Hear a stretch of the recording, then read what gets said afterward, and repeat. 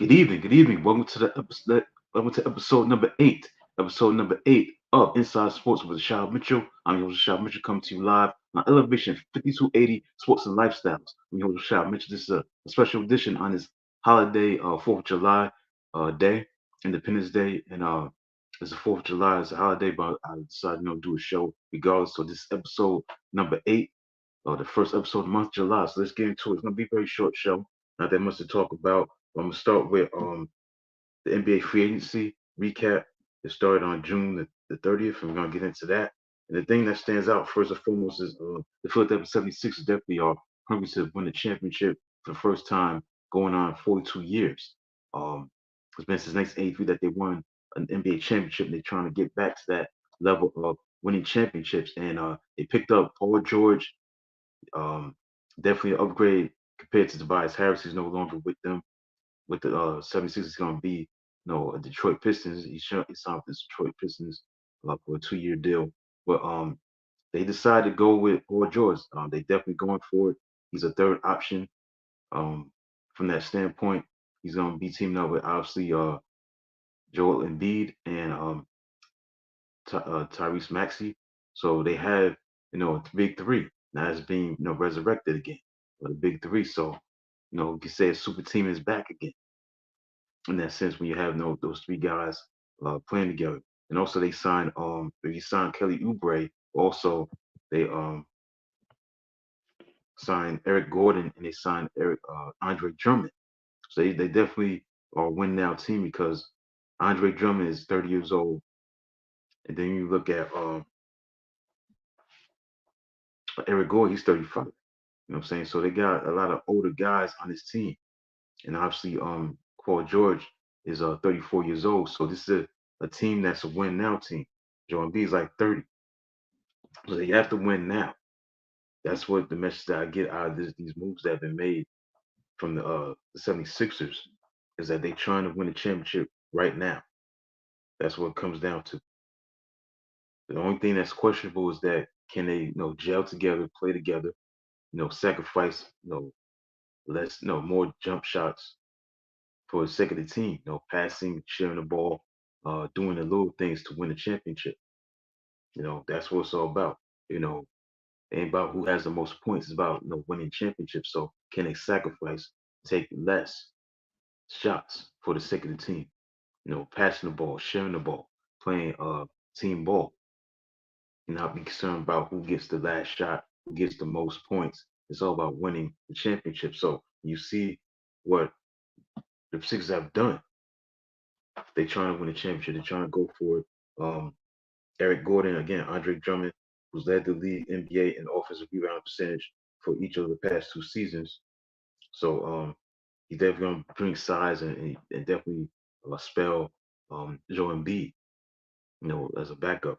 I don't think he's going to be starting, but they definitely going for it. So they use the cap space to form the big three, a big three that's brand spanking new, and they added depth to it.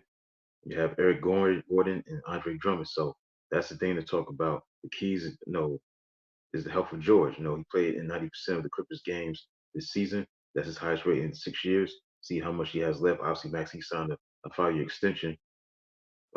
He should keep George off the ball and preserve his body. They signed Kelly Oubre Jr., who averaged 15 points. So they definitely look good on paper. That's all it is. They look good on paper, but Boston's still the team to beat. But with the moves that was made by the Philadelphia 76, they definitely serving notice that they're ready to win that championship for the first time in almost 42 years. 2025 will come up, so it'd be 42 years since the 76 won the championship in '83. Dr. J and Mose Malone, those guys, Maurice Cheeks and Bobby Jones and Andrew Tony. So we'll see if they can do it. Also, in moves that was made is Clay Thompson. It's the end of an era for Clay Thompson. He's no longer a Golden State Warrior. He's now a Dallas Maverick. He signed with them, the end of an era to have him go and sign with the Dallas Mavericks. So kind of surprising to see him leave, but that definitely helps. Luka Doncic definitely helps Kyrie Irving. It takes the burden off of them to see how much he has left or is shooting the basketball. That's the thing that's going to stand out. Does he have a lot left to make those shots from three and from mid range? And Klay Thompson's one of the all-time greats, man. He's one of the all-time great shooters, players. I think the game that stands out when he was with the Warriors was the game against the Oklahoma City Thunder back in 2016. This is when Kevin Durant was playing with Westbrook. It was in the Western Conference Finals, and they were down 3 games to 1, the Warriors. And they had a game 6 in Oklahoma City, and Klay Thompson was known for these kind of moments. Game 6 Klay, came out, hit 11 3-point shots. He scored like 41 points. The guy was on fire. That was probably his best game he ever had played as a Golden State Warrior because due to the circumstances, because they were down in that series 3 games to 2, and he basically saved their season because of that performance that he had. Putting up 11 threes. I think he had like 41 points to boot. I mean, that was definitely a dominant performance by him, especially on the road due to the circumstances, being on the brink of elimination and being able to just put on a show like that on display. That was on May 28th. Yeah, I think it was May 28th, uh, 2016. Yeah, 41 points. He made a playoff record at the time, 11 3-pointers. I guess that's still a record to this day. But this is 8 years ago. That's the team that won 73 games, the Warriors. They had struggled in that series against the Thunder. They won that game 108-101 to force a game 7. But they had to do it the hard way. And Thompson was the man in that game. He definitely made his presence felt in that matchup. Look at the box score. Curry wasn't too shabby. He had 31 points. And this is why Curry and Thompson are always the best backcourt ever compared to Doncic and Irving. What they did is that's what it's about. They have to win championships. I mean, that game, Curry had 31 points, Thompson had 41 points. They combined for 72 points. I mean, they changed the game, Curry and Thompson. I mean, Curry took 14 3-point shots, he hit 6, he had 10 rebounds, 9 assists, only had a triple double. But Thompson was the guy, man. He took 18 threes, he made 11 of them, 14 out of 31. That's the reason why they won that game because of him. Because they only had 3 guys in double figures. Green had 12, Curry had 31, Thompson had 41. So Thompson was the main reason why they won that game is because of him. 41 points, 11 3-point shots. And they were on the brink of elimination in that game. And they was able to win that game and keep us the season alive to force a game 7 because of him. Because of what he did. He scored 19 points in the fourth quarter, and they overcame an 8-point deficit. They were down 8 points in that fourth quarter. They could have lost. That would have been an embarrassing loss because that team won 73 games that year. Now, obviously, they didn't win the championship. They lost eventually to the eventual champion Cleveland Cavaliers, who came back from a 3-1 deficit in that series and won the series in 7 in Golden State. But to me, that was his best game he ever had. To me, as a Golden State Warrior, you gotta go back to that game because that game was so important. If they lost that series, that would have been an embarrassment for the franchise to not even go to the finals. And you win 73 games. He saved their season. He saved it. Game 6. That's what he's known for. Those big time games and big spots. So he'll be missed. And I think when Dallas plays at Golden State, the fans at Golden State should give him a standing ovation. He deserves it. You can't boo him. It's a business. If you aren't gonna keep players together for a long time, you've been there a long time. So he has a right to want to go elsewhere and see that he can still play this game at the highest level. So I think from that standpoint, Klay Thompson deserves his respect and standing ovation once Dallas plays the regular season against Golden State, that first meeting against Golden State. And they should give him a round of applause for what he did. So Dallas definitely going to be a little better for scoring is concerned. It takes a lot of pressure off Urban and Doncic. But Thompson, see how much he has left. Okay, Oklahoma City did some great things. They signed Isaiah Hartenstein was with the Knicks, the center. Definitely did a lot for the Knicks. And with Hartenstein, you get a guy that is going to be a huge, huge help in the department of offensive rebound because they was third to last in the NBA offensive rebounding percentage. So he gives definitely a huge boost for his offensive rebound.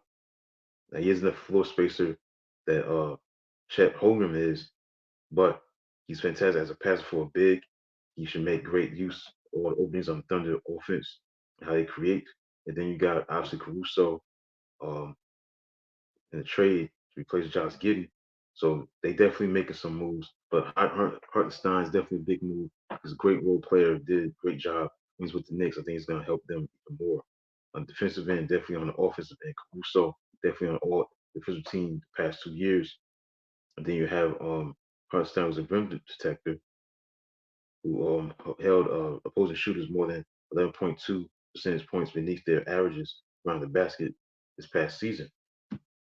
So Hartenstein definitely is a huge boost for the Oklahoma City Thunder to go with Shai Gilgeous-Alexander and those guys are definitely going. I don't think they're going to win the championship, but they're definitely going to be in contention, in conversation. So that was a good move to sign him. That definitely hurts the Knicks for their backcourt, their size. Things are going to be definitely impacted by a loss of him. So that's the thing that stood out also in free agency. So let's go to Orlando Magic. This is what surprised me is the Denver Nuggets. They lost Katavius Caldwell Pope, who has won two championships, did win one with the Lakers and won one with Denver. He signed with Orlando, so he's a 3-and-D threat. So they kept their reserves, but they signed Kendall Caldwell Pope for 3 years and just 66 million. Um, he definitely a guy that can stand out as a defender. He's a knockdown shooter who's hit better than 40% of his 3-point shots attempts for the past 5 seasons. So that's definitely a huge boost. They retained Gary Harris and Goga Batadze and Moritz Wagner. But they could still use a point guard, but that was a huge move. That's a big loss for Denver Nuggets. So Nuggets have to deal with Christian Braun, I guess, being the starting lineup.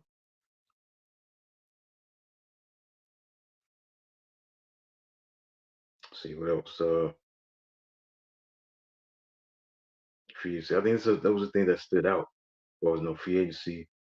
Well, I forgot certain people, but that was a big deal.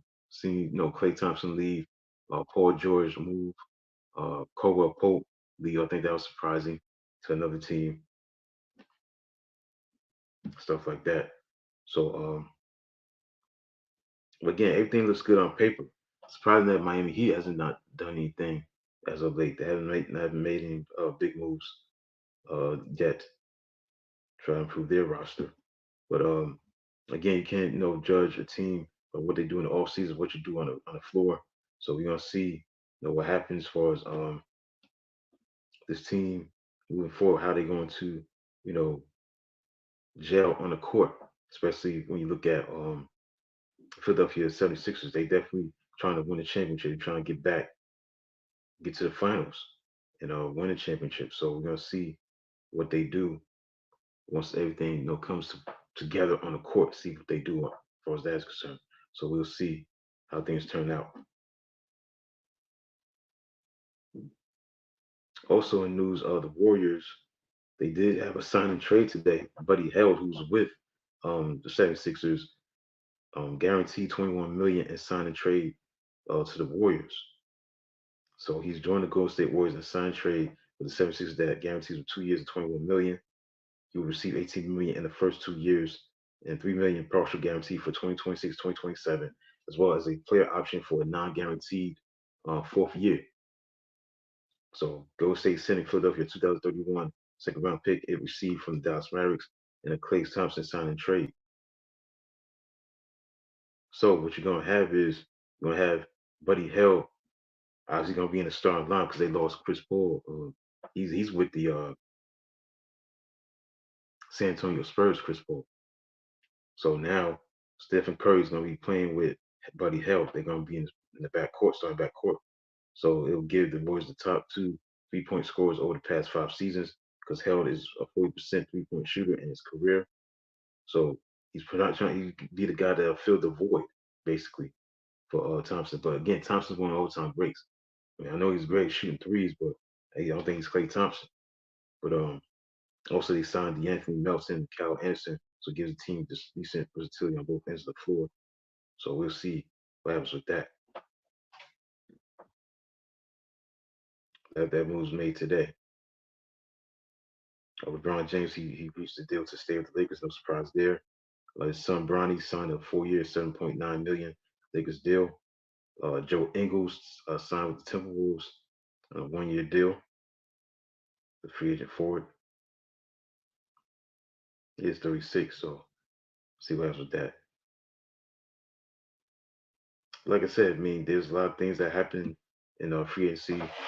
And the thing about free agency in the NBA, it goes by fast and furious. You don't have to wait to a few months to see players make a decision. It comes real quick and fast and furious. And that's the thing we like about the NBA free agency frenzies, that it goes by fast. It's not. It don't just stands on its own. It continues on. It goes quick. Somebody signs it with a team, it's a done deal. You move on, and that's that. So that's the thing about free agency in the NBA from that perspective. It goes by quick, just like the NFL. The NFL, they have their free agency period. It goes by quick. Players sign with other teams. It goes by fast. So that's what it's about. So that's what's going on. See what else. Break down. I ain't gonna break down everything that happened in free agency, but stuff that stood out to me. Let's see. James Wiseman, he signed a 2-year contract with the Pacers. That's interesting because James Wiseman was the number 2 overall pick 4 years ago in 2020. He played a career high 63 games for Detroit Pistons. So now he's with the Pacers. So he definitely has been a disappointing player in the league since he's joined the league. Um, Donovan Mitchell, the All-Star guard for the Cleveland Cavaliers, he signed an extension, 3 years, on a 50.3 million contract extension.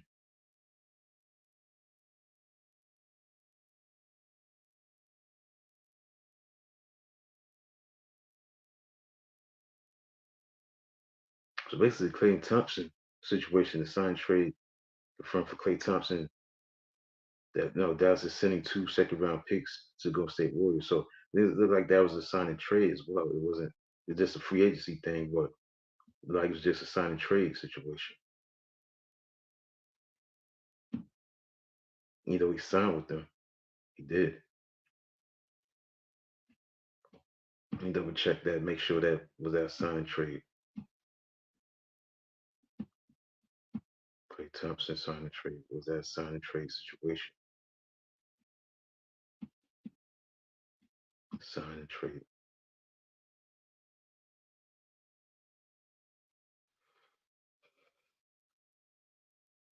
He did sign a 3-year deal worth 50 million of Klay Thompson.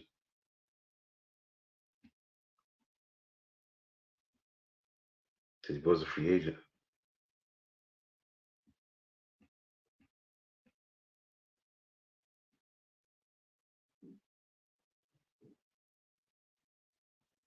It had to be just a directly a free agent, signing.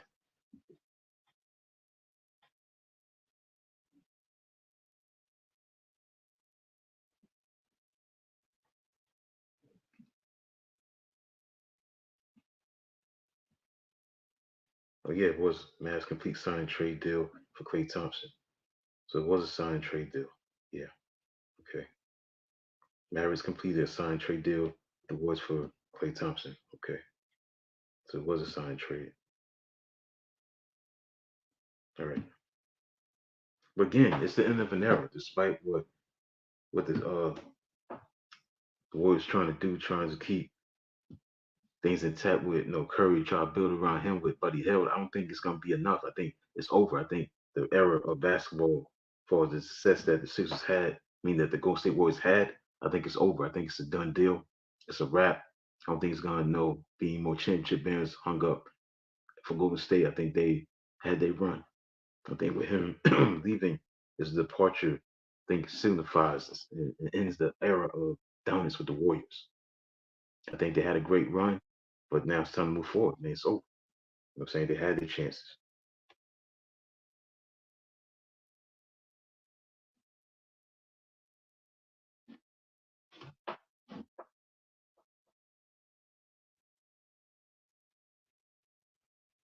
All right, Jason Tatum, Boston Celtics, not a surprise here. Got the lowest contract in NBA history, 314 million, 5 years. Definitely deserved. No, when you win the championship, you don't get that's a lot of money, obviously, but he deserves it. Derek White, he signed an extension. Nicholas Batum is going back to the Clippers, so he signed with 2 years, 9.6 million.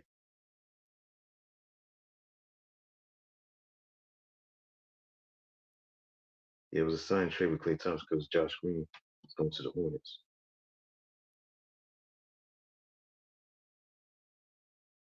Tobias Harris, so he was very disappointed when he was with the Sixers, let's see, in big spots. He signed a 2 year, $52 million deal. Detroit.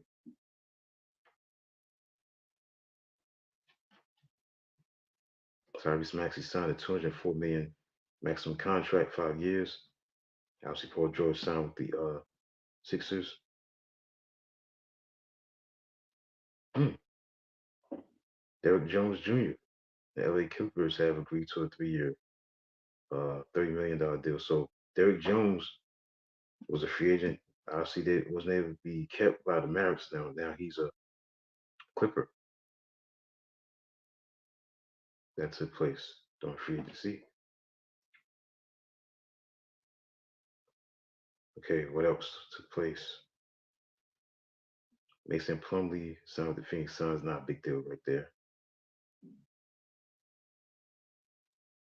Chris Paul signed with the San Antonio Spurs. That was surprising though. Him going to the San Antonio Spurs. He's not winning a championship. Even though Chris Paul has so many opportunities to win a championship, whether it be Phoenix, whether it be Golden State, and this falls short. He's not winning one with the Spurs. No, he's not. 1 year, $11 million deal.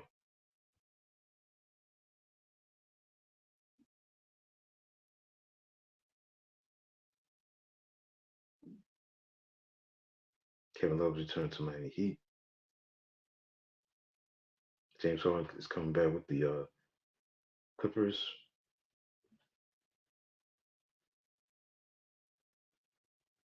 That's basically it, man, as far as like the landscape of free agency. So that's it right there. I'm done with the free agency. So the NBA, unless something else happens that's dramatic moving forward and during the summer, I don't see myself talking about the NBA that much. We'll say things gonna be dominated by baseball. I just got no training camp coming up with the NFL, a few weeks from now this month. But right now, I think this is it for the NBA. There's something else happens that's surprising. As far as NBA news, I won't be talking about the NBA that much. All right, so let's get into some Major League Baseball. Had some games on today for the 4th of July. Let's look at the scores of the games on this 4th of July. They go hand in hand. Look at the final score from today. We're going to start with the Mariners. They beat the Orioles 7-3. That was the final. They avoided a sweep. Julio Rodriguez homer for the first time since June 15th, double. And J.P. Crawford lined a tie-breaking 3-run double as the Seattle Mariners beat the Orioles 73. They avoided a 3-game sweep. The Orioles have been playing well, 55-32. And they're still in first place over the Yankees. Mariners are 48-41, playing very good. So this is a matchup between two first place teams. Yeah, Seattle was in first place. Baltimore was first place. So that was an interesting matchup. But Seattle came up with the upper hand today, winning 7-3. Athletics beat the Angels 5-0. The Padres beat the Rangers 3-1. The Cubs beat the Phillies 10-2.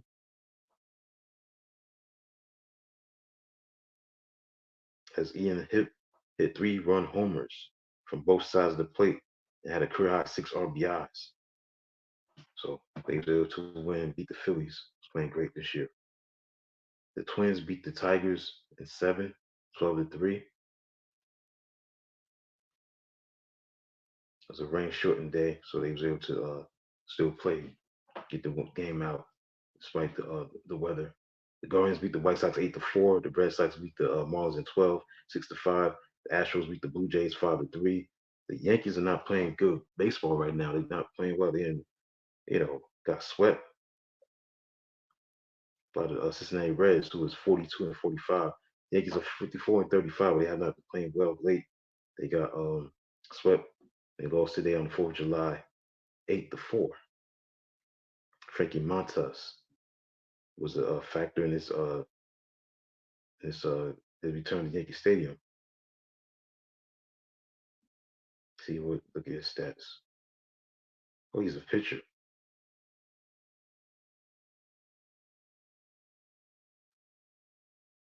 He had a shutout into the fifth and allowed 2 runs, 4 hits, 3 walks, and 5+innings. So he's a pitcher. Yeah, I don't pay attention to the Cincinnati Reds that much. He's a 31-year-old right-hander. Yeah, he didn't was successful with the Yankees during his stint here. The Cowboys on the offensive end was Nick Martini, Jonathan India, and Mr. Steer. All three of these guys hit home runs today as they completed a 3-game sweep over the New York Yankees.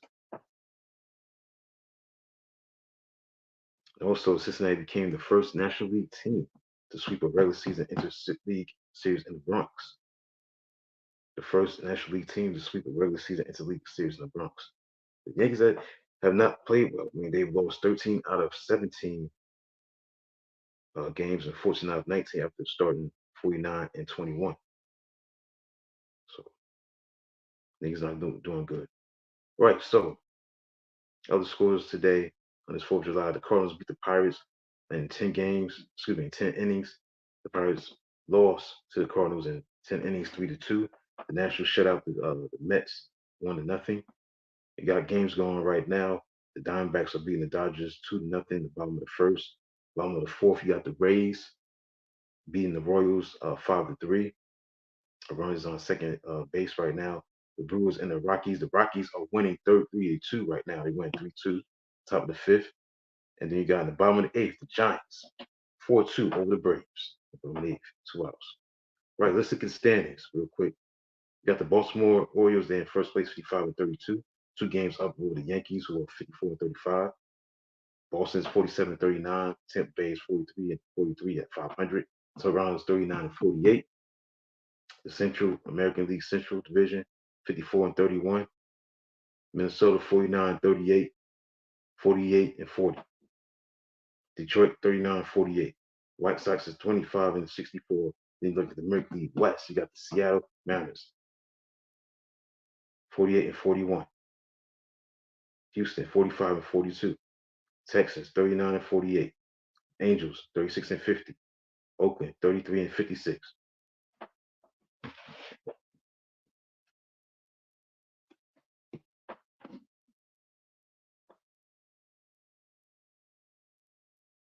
Philly's got the most wins right now, 57-30.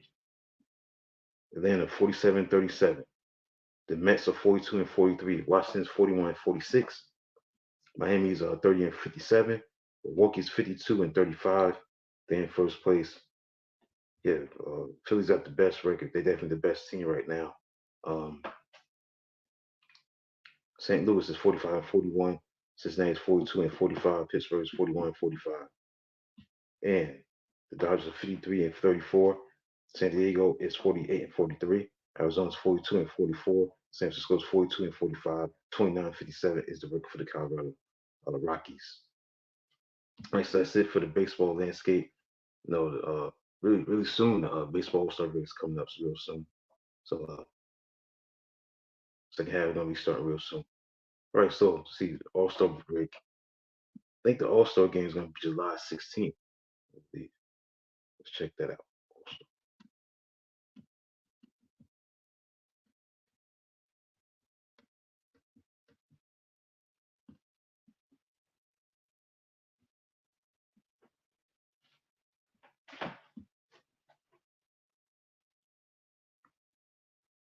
All right, July 16th.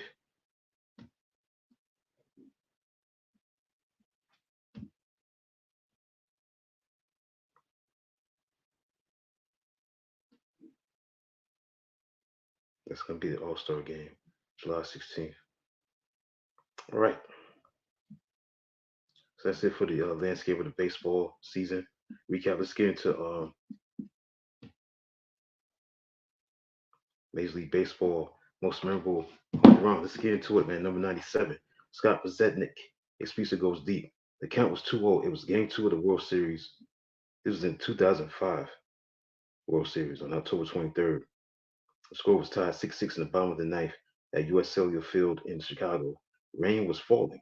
Never a power hitter. Scott Pazzetnik was nevertheless thinking about swinging away. He looked into the Chicago White Sox dugout, spotted Ozzie Gillian, his manager, and he shook his finger and said, "Don't even think about it. Take one." We called Pazzetnik. That's what he said. So I took a strike back down the middle. The left-handed hitter stepped out of the box, took a practice cut. Pazzetnik was thinking that Houston reliever Brad Lidge, who had a good fastball, was going to throw it again. So on October 23rd, 2005, Pazzetnik wanted to put a good swing on it. He didn't look into the dugout again to see what his manager was signaling. So, like Pazzetnik, Lidge had been selected for his first All-Star game in 2005. He was a 6'5" right-handed fly baller who struck out 103 batters in 70 innings of work that season. He has recorded 44 saves in helping the Astros to their first World Series.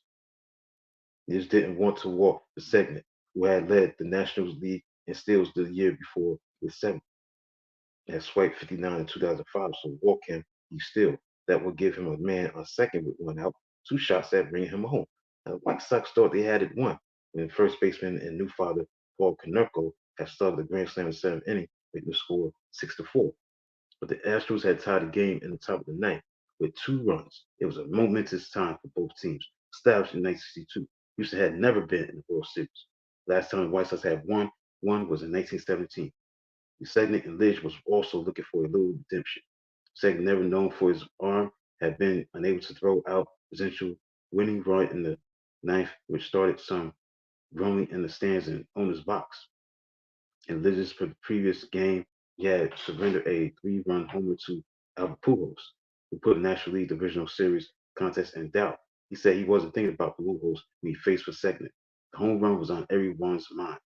So the third round draft pick by the Texas Rangers in 1994 said it was a prototypical leadoff hitter for his time.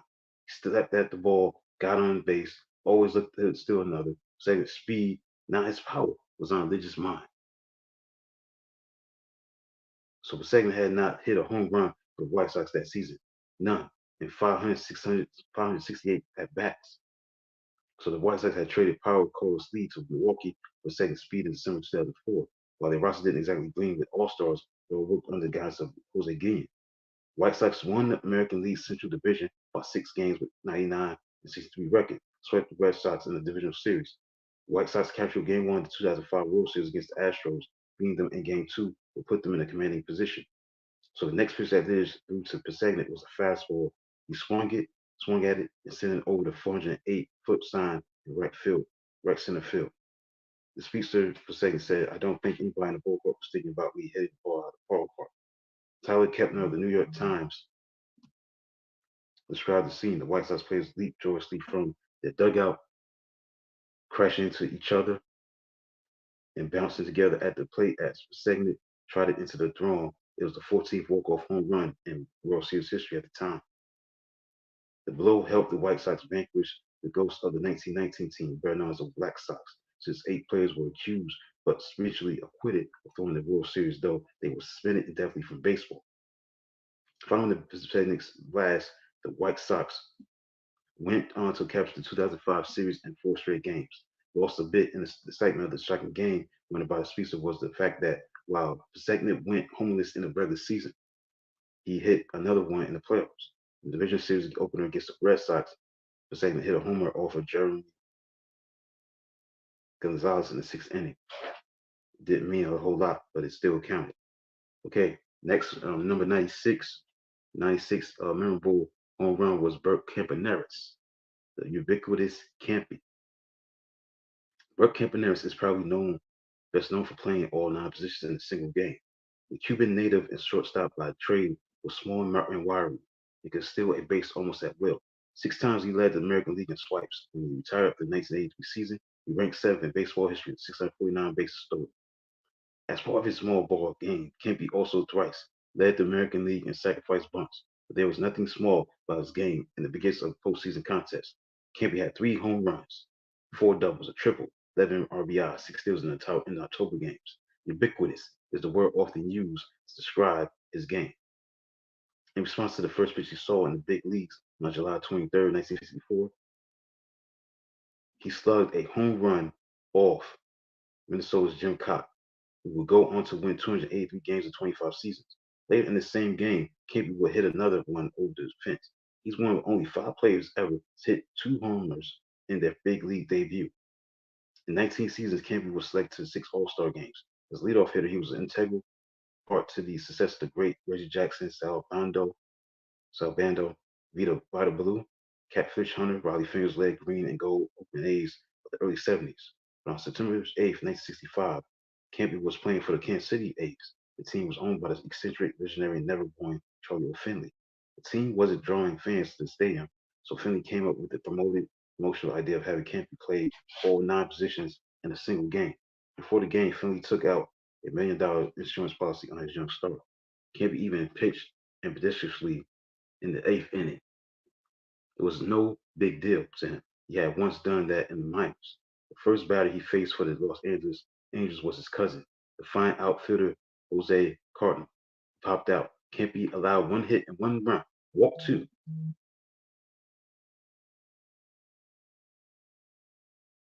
and had 1 strikeout in his lone inning on the mound. He went 0 for 3 at the plate, but did steal his 49th base of the season. His only error occurred while playing right field. In the ninth, he was catching when Angel Ed Kirkpatrick collided with him at the plate. Scampy held on to the ball to preserve the 3-3 tie, but he had to leave the game for proportionate X-rays. The Angels ended up winning in 13 innings. A crowd of 21,576 showed up to see Campy play all 9 positions. Excuse me. The following game had less of a draw, with only 1,271 fans in the seats at Kansas City Municipal Stadium.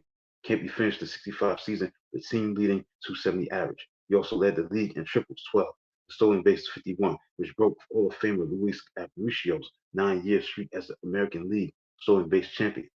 So when the A's moved to Oakland in 1968, Kempy became a fan favorite from day one.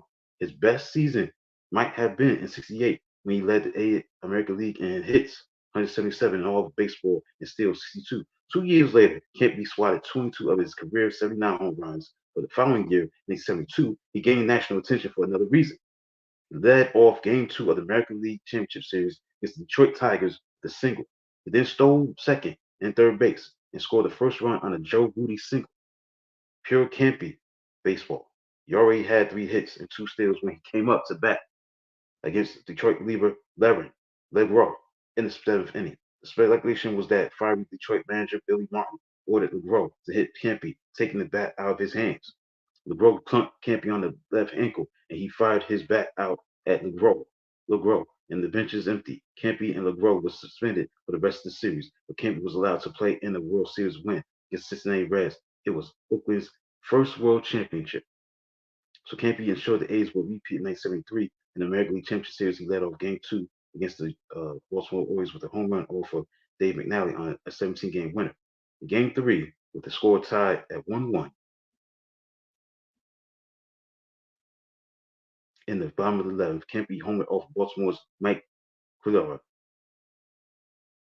a fellow Cuban, in an 18-game winner. It was a turning point for the A's in a 5-game series.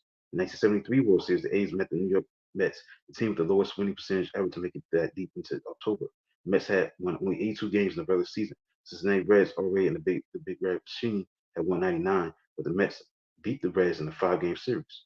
The A's won Game 1 of the World Series thanks to a double by starting pitcher Ken Holtzman, batting for the first time all year because the American League had instituted designated hitter rule. So he scored when Kempy hit a routine ground rounder that bounced between the legs of Mets second baseman Milan. Felix Milan. Kempy then stole second, scored the winning run, win. Joe Rudy single. Kempy had the game-winning hit in Game 3, but the Reds extended the series to 7 games. Holtzman was pitching against John Matlaw, who had won 14 in the regular season, had been the International League Rookie of the Year the previous season. In the 3rd inning, Holtzman was once again led off with a double. By that time in the series, the A's, despite their powerhouse lineup had yet to hit a home run. Kipy solved that with a long drive to right that cleared the distant fence at the Oakland Alameda County Coliseum, so it would prove to be the game-winning drive. Reggie Jackson hammered a two-run homer late in the inning to seal the deal. Next, Campy would catch Wayne Garrett's pop-up for the last out of the game, putting the exclamation point arc on the A's second of three consecutive World Series championships in a 5-1 Game 7 victory. Campy hit 353 in the 74 World Series against the Los Angeles Dodgers, helping his team to another World Championship. Since Campy played all nine positions, only Cesar Tabara of Minnesota in 1968, Scott Sheldon of the Texas Rangers in 2000, Shane Halter of the Detroit Tigers also in 2000 had duplicated his feat. Billy Martin held no grudge from his Detroit days. He told the Yankees to sign Campy when Martin was managing New York in 1983. Playing second and third base, Campy, then 41, hit a career-high 322 in utility role. Hall of Fame Ricky Henderson went on to break many of Campy's offensive records, but none of that makes his play accomplishments any less ubiquitous. So that was the 96 memorable home run Burt Campaneris ubiquitous Campy. Okay. Harold Baines is going to be next. That'll be it. I deal with 94 next week. Okay, number 95, Harold Baines, a late bomb for Baines. On May 8th, 2014, the 30th anniversary of Harold Baines' most famous home run, ESPN's Doug Padilla asked the Chicago White Sox great what he remembered about the game. Baines paused and then added, I don't remember anything about it. Wait, he did a little. The only details I know is that Tom Seaver won both games a day later. He recalled, obviously, I hit the home run in the 25th inning, but I don't know anything more than that. Oh, I remember the era by Milwaukee's Randy Reddy, and they had a three-run lead or something like that. So another thing Baines remembers, he was 1 for 9 before he ended the longest game in Major League Baseball history with his home run at the bottom of the 25th inning. Baines, a left-handed hitter with a small right leg kick, clubbed the 757th pitch of the game to the center field of Milwaukee's Chuck Porter, the Brewers' eighth pitcher. No, he doesn't remember what the pitch was. I was just glad it was over. Baines told Tyler Kepner of the New York Times in 2014, I think every player is excited to hit a home run for your team to win. I wish I did it in the ninth instead of the 25th. Baines would hit 29 that season, a career high in his more consistent 22-year career. The game was played over 2 days and took 8 hours and 6 minutes to complete. Started on May 8th, 1984 at Chicago's Comiskey Park. It was a pitcher's duel between Milwaukee's future Hall of Famer Don Sutton and Chicago's Bob Fowler, a rookie who would never start another game in the big leagues. So the Brewers took the lead in ninth, scoring twice, but the White Sox tied the game in the bottom of the inning. Score remained 3-3 until the start of the 18th. The game was suspended because of the American League's 1:05 a.m. curfew. The teams had 6 men in scoring position during the extra innings, but couldn't push across the run. When the game resumed the following day, Milwaukee's Ben Ogilvy hit a 3-run homer in the bottom of the 21st. The White Sox nodded to score in the home half of the inning. It seemed as if the game would never end. During the 25th, 24th inning, Chicago manager Tony Russo asked Tom Seaver to start warming up. The pitcher emerged from the clubhouse where he was sipping coffee, working on a New York Times crossword puzzle. Seaver hadn't pitched in relief since 1976. So all of these things went through my mind. I don't do relief. I don't do this. When I go in to pitch, I'm cool, calm, cool, and collected, and I've done my mental preparation, he told the Times. I was so nervous I could barely get dressed. Seaver, LaRussa, and Sutton was just three other six Hall of Famers participating in the game. Those were Milwaukee's Robbie Yount and Riley Fingers and Chicago's Carlton Fisk, who caught all 25 innings. Seaver pitched a scoreless 25th. I get to the dugout and I'm so hyper and I'm chirping like a baby robin. What a good reliever I am, Seaver told the Times. Now I hear the crack of the bat. It was the homer by Baines. Game was over. For the record, the White Sox stranded 24 runners. Seaver then worked 8 1/3 innings in the second game with the doubleheader for his second win of the day, the 276 of his career. Jim Evans, the plate umpire on May 8th, told the New York Times 30 years later that the longer the game went on, the looser the players got. Guys would look at the catcher, smile, or hit him at the shin guards. You awake, it doesn't become comical, but it's sort of like what's going to happen next. Only one previous Major League game between the National League Brooklyn Robins and Boston Braves in 1920 had gone longer than 25 innings. It ended in a tie and in less than 4 hours. The longest game of professional baseball took place on April 19th, 1981, when the International League Rochester Red Wings played the Pawtucket Red Sox for 33 innings over 11 hours and 25 minutes. Future Hall of Famers Cal Ripken Jr. and Wade Boggs were on the field. Howard Baines didn't play in either of those games, but in 1984, he was still playing right field for the White Sox. His knees weren't that bad yet.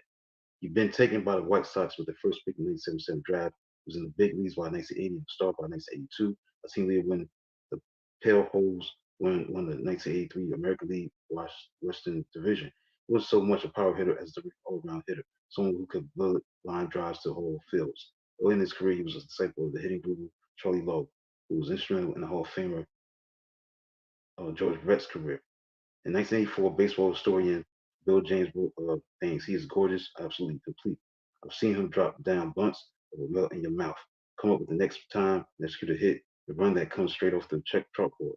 I've seen him hit fastballs out of the yard on the line. And I've seen him get under a high curve and loft it just over the fence. In James 2001 New Historical Baseball Abstract, he rated Baines the 42nd best right fielder in baseball history.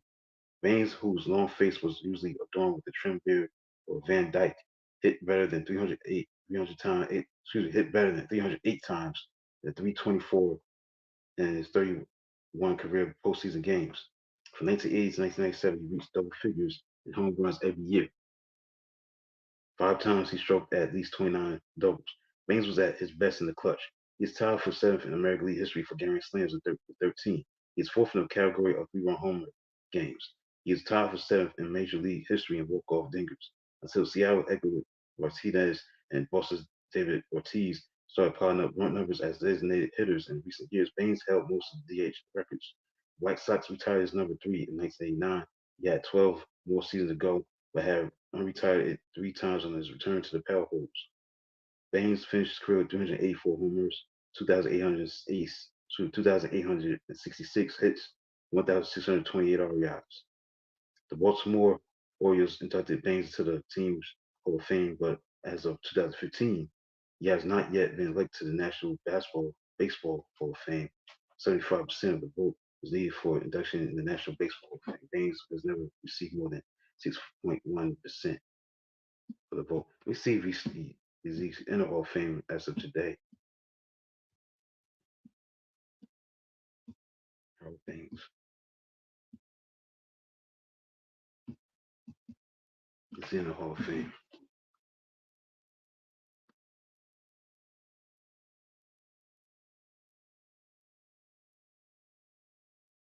No, oh yeah, he was inducted in 2019.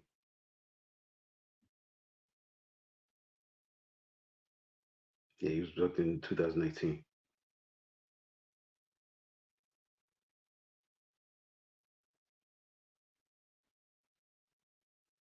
Yeah, yeah. So he was inducted in 2019 in the Hall of Fame. So he's there.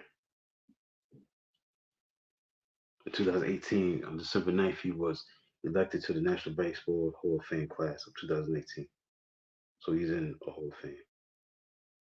So it means this book that was written way before he got inducted to the Hall of Fame. So I'll be in number 94 tomorrow, next week. Talk about the next person that's on this list.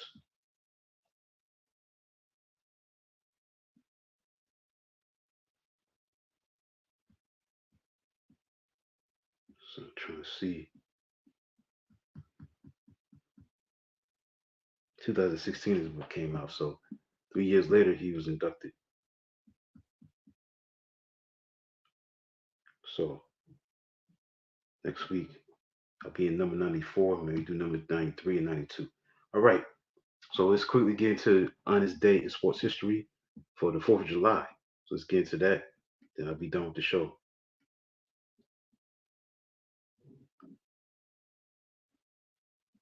Honest Day in sports history for July the 4th. Let's get into it, man. Okay, we're gonna start with 1890.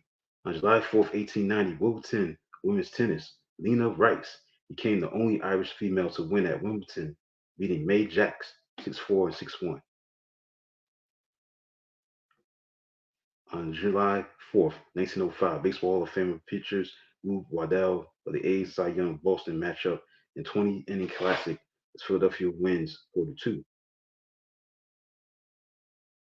In 1907, on July 4th, Canadian World Heavyweight Boxing Champion Tommy Burns knocked out Bill Squires of Australia in round one in Coma, California, in sixth title defense.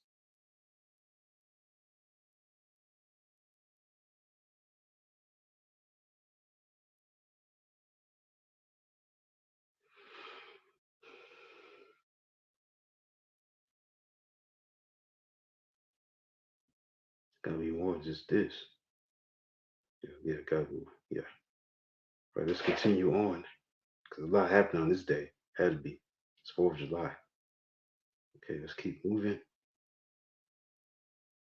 1908, on July 4th, New York Giants pitcher George Hooks Whoopsie, no hits. Philadelphia Phillies 1-0 in 10 innings. Missed a perfect game by hitting one batter with the pitch in the polo grounds in New York City. Then the July 4th, and it was the fight of the century in 1910. Fight of the century as Jack Johnson beat James J. Jeffries by TKO in 15 rounds in Reno, Nevada to retain his world heavyweight boxing title. On July 4th, 1911, Ty Cobb 40-game hitting streak was halted by pitcher Ed Walsh of the Chicago White Sox as Cobb went 0 for 4 in a 7-3 win over Detroit Tigers at Bennett Park.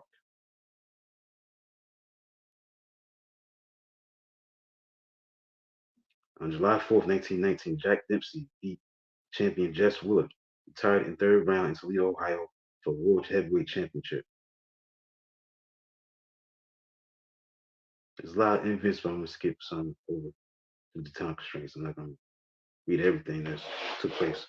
Okay, July 4th, 1939. This may be been the most important moment in sports history on this day, July 4th, as Lou Gehrig had his jersey retired. He was the first Major League Baseball player to have his number 4 retired on his appreciation day at Yankee Stadium when he said, "I'm the luckiest man on the face of the earth." That speech, that's very iconic. On July 4th, 1939, Red Sox third baseman Jim Tabor hit record-tying 2 grand slams in one Major League Baseball game, 18-12 win versus the Phillies.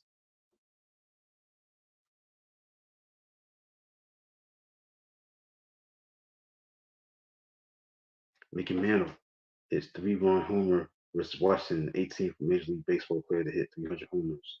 That was on this day, July 4th.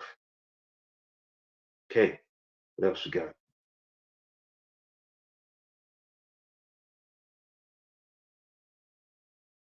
Nolan Ryan struck out Cesar Geronimo for the Cincinnati Reds, to become the fourth pitcher to have 3,000 Major League Baseball strikeouts. Now, at this time, Ryan was pitching with the Houston Astros when he did that. Okay, so what else we got? Dave Righetti, New York Yankee pitcher, pitched a no-hitter against the Boston Red Sox as the Yankees won 4-0. Phil Niekro, Yankees pitcher, struck out Larry Parrish of the Texas Rangers to become the ninth player to reach the 3,000 Major League Baseball strikeout milestone. Okay,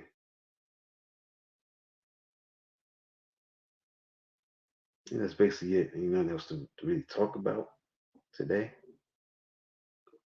So I'm gonna be done.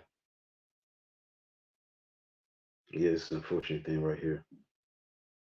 July 4th, 2003, Lakers basketball star Kobe Bryant was arrested in Eagle, Colorado for sexual assault, but the charge was eventually dismissed. That happened on this day, 4th of July. Crazy. Y'all remember that? I know. I forgot it happened on that day. All right. I think that's basically it. See what else that's interesting happened on this day, 4th of July. I think that's basically it. They're gonna move on from there. Uh, okay, this is an interesting one. 2 years ago, July the 4th, 2022, Minnesota Twins turned the first 8-5 triple play in Major League Baseball history as center fielder Byron Buxton makes a catch and third baseman Gio Urshela tags one runner out in the base path and doubles off another runner by tagging second base against White Sox in Chicago. Right, so that's it, man. That's it for today's special edition of Inside Sports with Shaw Mitchell on this 4th of July, on this holiday. I hope you enjoyed it. You know, when you tune in, hopefully you enjoy it when you get a chance to watch it again. This show is going to be streaming live right now. It's on Twitter, it's on Facebook, as well as YouTube channel for Elevation 5280 Sports and Lifestyles platform. Also, check out my latest article that I wrote for E5280sports.com. I wrote an article about the 1979 Pittsburgh Pirates. That's the team that won the World Series 45 years ago. That's the team that was led by this theme song. It's an oldie but a goodie. A group called Sister Sledge made a song called "We Are Family," and they took that song as a theme due to the togetherness and the camaraderie, the team coming together, being cohesive as a unit. It was led by Louis Stargell, Dave Parker, guys like that. They beat the Baltimore Orioles and they won their championship in 1979. So check out the year in review of that team. It's available on E5280sports.com. Check out that article and be on the lookout for the next article that's going to be coming up real soon. So check that out. That's E5280sports.com. Check out the articles that I've written. The latest one, like I said, 1979 Pittsburgh Pirates, a year in review. Shout out to Michael Spillane for having me, write articles for his platform. Shout out to him. And I'm grateful to be on here, man. I'm grateful to be on this platform. This is episode number 8. So this summer's gonna be a great summer. A lot of shows gonna be done. Looking forward to it. Continue on this journey, doing my thing with you, the listeners, and like I said, the best is yet to come. So that concludes episode number 8 on this 4th of July, the first episode of the month of July. For Inside Sports with Shop Mitchell live on Elevation 5280 Sports and Lifestyles.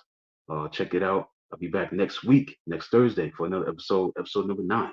Now, continue to talk about what's going on in the world of sports. I don't think I'm talking about that much about the NBA. I'll see, but definitely gonna be an interesting show regardless. Hopefully you enjoyed it tonight. I'll be back next week for another episode of Inside Sports with Shop, which comes on every single Thursday night from 9 p.m. to 10 o'clock p.m. Standard Time, live on Elevation 5280 Sports and Lifestyles. Till then, have a good night. Talk to you real soon next Thursday night, live on Elevation 5280 Sports and Lifestyles. Until then, have a good night.